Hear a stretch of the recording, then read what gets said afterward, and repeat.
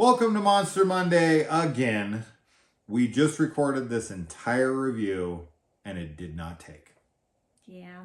So I'm bummed, to say the least, and I really enjoyed the conversation we had about this. It is what it is.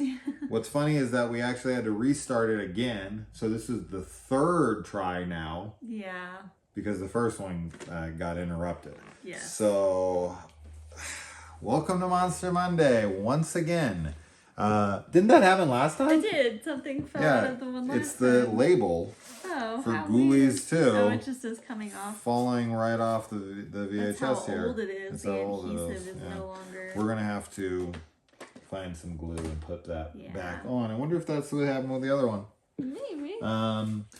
So okay, once again, this has Royal Dano in it, who was in House 2, and what's funny is that this franchise actually kind of reminds me of House in a way, because the first one and the fourth one are connected, and 2 and 3 are kind of their own thing, in name only, really. The thing that connects these films, of course, is the Ghoulies.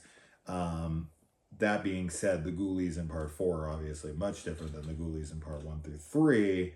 Yes, much different. But the Ghoulies franchise is an odd one, because the Ghoulies themselves are not really showcased much. They're not really the focus of the film. If you look at other creature features like a Puppet Master, like a Critters, like a Gremlins, whatever, that's always the focus of the film. Yeah. And I don't feel like that's the case as much with the Ghoulies. I feel like they're sidelined characters that just happen to be there because they created the puppets and they needed to use them in the film. But maybe they just took scripts they had and tried to put some Ghoulies in them. It's funny because obviously the names of the movies are Ghoulies. Yeah. So it's like they should be the focus of the films. They shouldn't be just like added in. No, they shouldn't. And they are, they're responsible for a few killings, but I don't know. Yeah, they don't really cause as much of a muck as they should. Yeah, they're the most violent in this movie out of all 4 of them. Sure, and it's not that much. But it's not that much, yeah. No.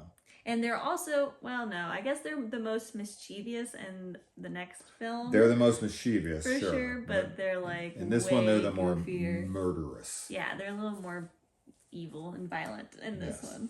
And this is the last one where the Ghoulies can't talk. The next 2, the Ghoulies can talk, and Kaylee is not a fan. Such a shame of that. No. Overall, this is a super, super silly movie that is far superior to the first one. The first one is just boring as hell. This one actually is fun. They have a repair shop in this that a guy runs into, and this repair shop features the largest vat of solvent I've ever seen that is just open. I didn't know auto repair shops carried industrial-sized drum vats of solvent, almost like the dip in Who Framed Roger Rabbit. I don't know what the fuck this is doing in here, but it's here, and this is how we get our Ghoulies. Yeah. So I'm glad it was there. Yeah, me too. I'm glad it was there. So as far as the plot goes, we get this carnival that's being audited by the 80s douchebag, the typical business hair suit wearing asshole who only cares about money and trying to bang the love interest of the lead. Yeah. Right? He is a douche. He is a douche. And as far as the main lead girl goes, the love interest in this, who is Maggie from Pumpkinhead, she's the iconic screaming face on the Pumpkinhead poster with the hand coming down on her face. She's in here. She is probably the most unattractive love interest in an 80s movie like this that I've seen in quite a while. She's very mannish, but that's my personal preference. Other people can find her beautiful, and that's totally fine. I was just taken aback a bit by how unattractive I genuinely found her to be. Yeah. But I'm sure others think that of me. Sure. Have you seen my Muffy? Who hasn't? Who hasn't? That's a good question. That's a good question. Yeah. We have the slutty girl for the carnival who's looking for her cat named Muffy. I thought that was a pretty funny scene. I did too. I like that. But so the carnival itself is under an audit by douchey guy, and your attraction needs to show that it can make money or you're out. You're gone. You history, kid. History. And the Ghoulies are the ones who bring all the attention to the fun house and dramatically increase their numbers because people love death. Yeah, I was going to say, people love murder. People love Ghoulies. Like actual death. Yes. And pretty sure that this carnival is not going to pass code because it has murderous creatures in its attraction.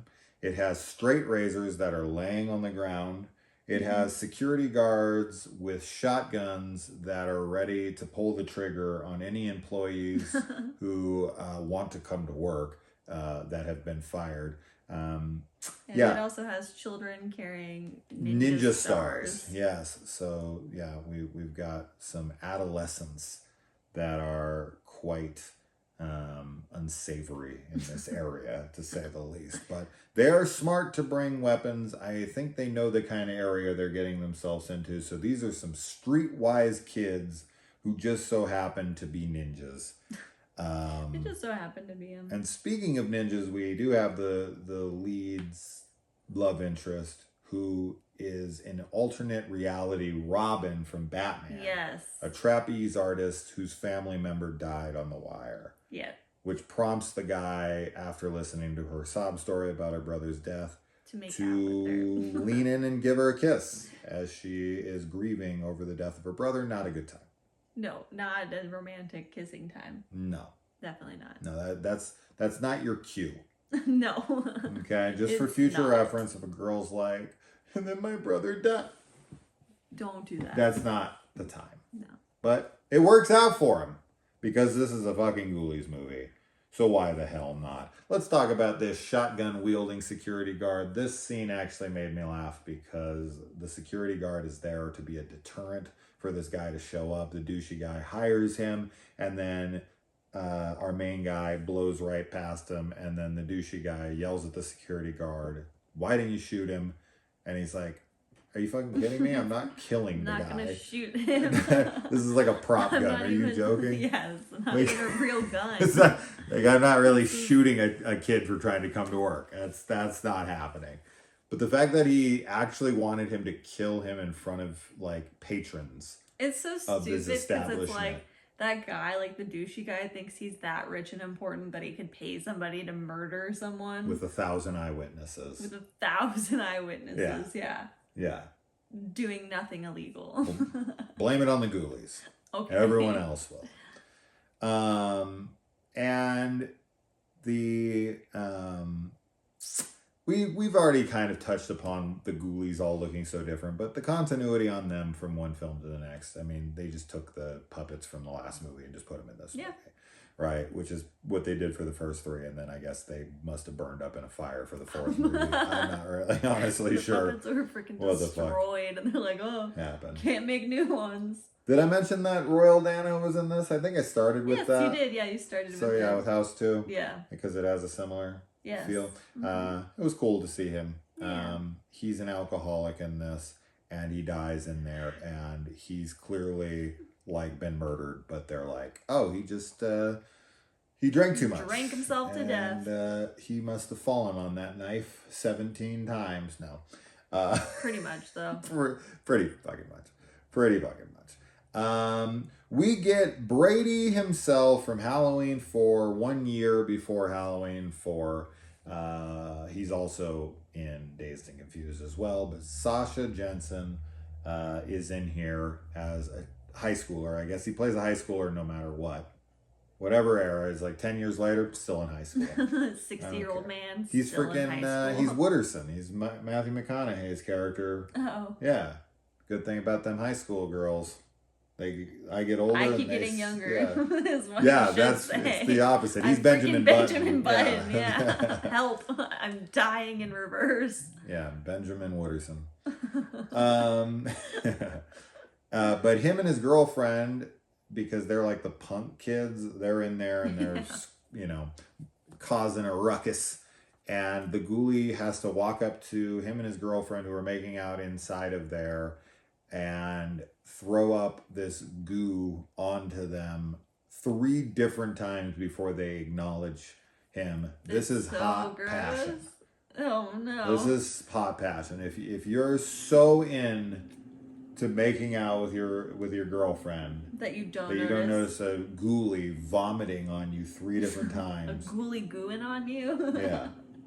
Yeah. Yeah, he's a ghoulie. He is a ghoulie. Yeah. That's right. Yeah. Yeah, I think that goo is disgusting, and the fact that it takes him so long to like kind of react to it is so funny. And then the people outside when they come out stuck together that are like so stoked to go in and get gooed on is just so ridiculous. Yeah. Man. Yeah. Usually when I walk up to couples who are making out and goo on their face, they're not happy. They don't give me enough time to do it 3 times. But I can't do it as fast as the ghoulie. It's going to take me a little longer. Anyways. Yeah. So let's see. I said stays there with a gun, fired for not killing people. I wrote a lot about this. Guard with shotgun to hold back dude. Ridiculous. It was so funny. It was such a funny scene. We get a toilet kill in here. The last film does not feature a toilet kill. Nope. But that is what this film is propped up on. This poster, they'll get you in the end. And this one, they'll get you in the end again. Even though they never did get you in the end in the first movie, so how could they do it again? Right? That's right. Just when you thought it was safe to go back in the bathroom is what this tagline says. But this Why do they live in the freaking toilet? Why is Ghoulies like... They'll get you in the end again. They're not even from the toilet. They're not. No. They're not. They make something out of it in the next movie. Like, they have to include the toilet. Correct. But, like, in these 2 movies, what is it? It doesn't have anything to do with them. It's because Buechler, who created them, directed the 3rd one. And he's like, I'm taking it to the origins. Dude. I'm taking it to the toilet. There's some toilet humor. It is toilet humor. Literally. That is, literal. Yeah. We also get the giant ghoulie. Yeah. Who comes trudging through there like Godzilla. The giant baby ghoulie. Eating up the ghoulies. Mm-hmm. Returning them from whence they came. Mm-hmm. I really liked this puppet. And it was a cool effect. Mm-hmm. And then the plan to kill the ghoulie is to stuff a gorilla doll or whatever full of like gas or something and light it on fire. Right, because he'll eat it and it'll stay lit. It'll stay lit in his mouth and stomach. It won't extinguish, not only lacking air but also being covered with stomach acid and the dissension through the esophagus. No. None of that stuff will put the fire out. No. It will continue to keep burning until it blows up inside of them. That's how fire works. Yes. Yeah, exactly. It wasn't a fuse, because a fuse would stay lit, more than likely. Fuses can even stay lit underwater. Mm-hmm. But this is just a burning doll. That would not stay lit when you swallowed it. But that's their plan, and it works out for them. Smile, you son of a ghoulie. As I had said in the previous video we recorded, and I thought I was so clever for making a Jaws reference, and now I'm just repeating it and wanting to kill myself. Your has-been. My has-been. I'm a never was. Never was. Never existed. never once was. But yeah, overall, it's a fun movie that's much better than the first film. Yeah, for sure. And I think we did this in about half the time. I think so too. Because we already did it. Yep. And I knew exactly what I had to say. There were some funny jokes that I said in there. You'll never hear. Nobody will ever hear again. No. Grogu heard them. Grogu maybe heard them. He's asleep. He's been asleep on my lap for the last like hour and a half that we've been reviewing. Mm-hmm. That's okay. So to bed. Ghoulies 2. Please do consider checking out our new YouTube membership program that we just launched. $3 and you get a badge and some other perks, emojis and whatnot, and early some added perks. Yes, early access. Monster Mondays and Slasher Sundays and Stephen King Saturdays. Yep, unless you do enjoy watching them on Saturdays, Sundays, and Mondays. They usually have them uploaded days before, sometimes weeks. But yeah, so next up we will be talking about Ghoulies 3, and then, can you believe it, Ghoulies 4. So a lot of Ghoulies to look forward to. Yeah. Hopefully this one recorded. Otherwise, we're never talking about Ghoulies again. You will just see that Ghoulies 2 was never covered. We'll just go straight to 3. Yeah. Yeah, no. This records because I can see it in the reflection. We're good. All right, good. Yeah. So there you go. Ghoulies 2, Ghoulier. Julia Ghoulier. Already made this wedding singer joke you didn't get because you never watch Adam Sandler movies. It is what it is. In the end again. We'll get you in the end. Once again. That should be the third. Ghouliest. Ghoulies, Ghoulier, Ghouliest. Yeah. Ghoulie. And then no Ghoulies. No Ghoulies in the fourth. Yeah. We'll get there. See you next week. Adios. Bye.